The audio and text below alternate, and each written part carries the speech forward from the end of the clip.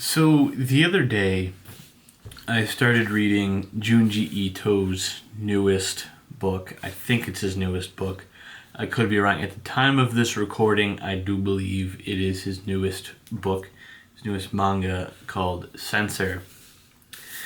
And it's only on chapter 4, so I haven't read the whole story yet, but if you don't know who Junji Ito is, if you have no idea who he is, if you're not really into the whole horror thing, Junji Ito is sort of the what many would consider to be the king of horror manga.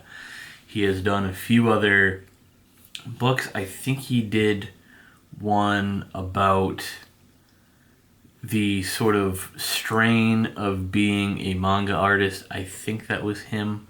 I am not too sure if it was, but Junji Ito is the best horror manga writer probably ever in existence. So his new book, Censor, there are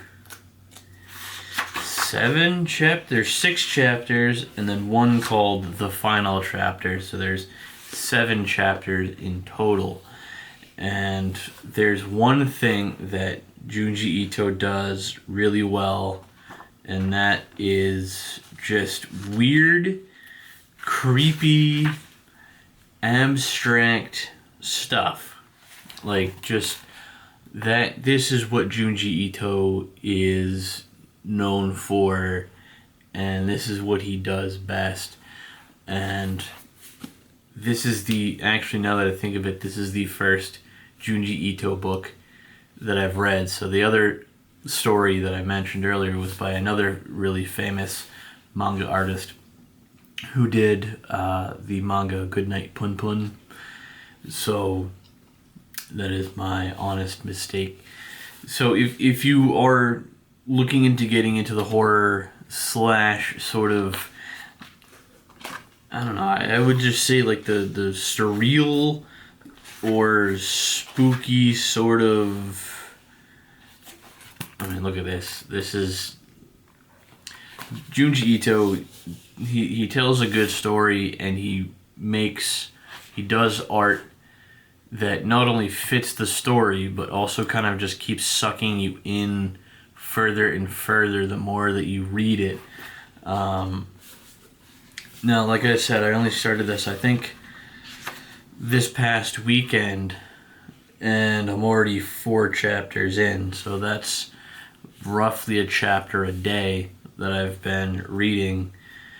So, and it's an interesting story. It's about a girl who goes missing in this village, and she's wondering why there's all these like golden fibers all over the place.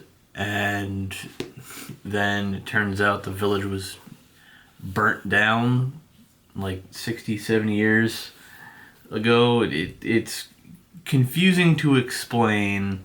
You kind of have to read it in order to understand the story and to appreciate the artwork of it, because showing it to you through a YouTube video isn't really going to do much justice for Junji Ito. You have to read his work in order to appreciate it for the masterpiece that his work is, or that his works are. Because I even though this is the first Junji Ito book that I've read, I feel like I know what I'm going to be getting into for every other Junji Ito book that I read in the future, because again, this is some top-notch stuff, and I really can't wait to read some of his future work as well as some of his older work as well. So just a quick review. Thank you for watching, and until then, peace.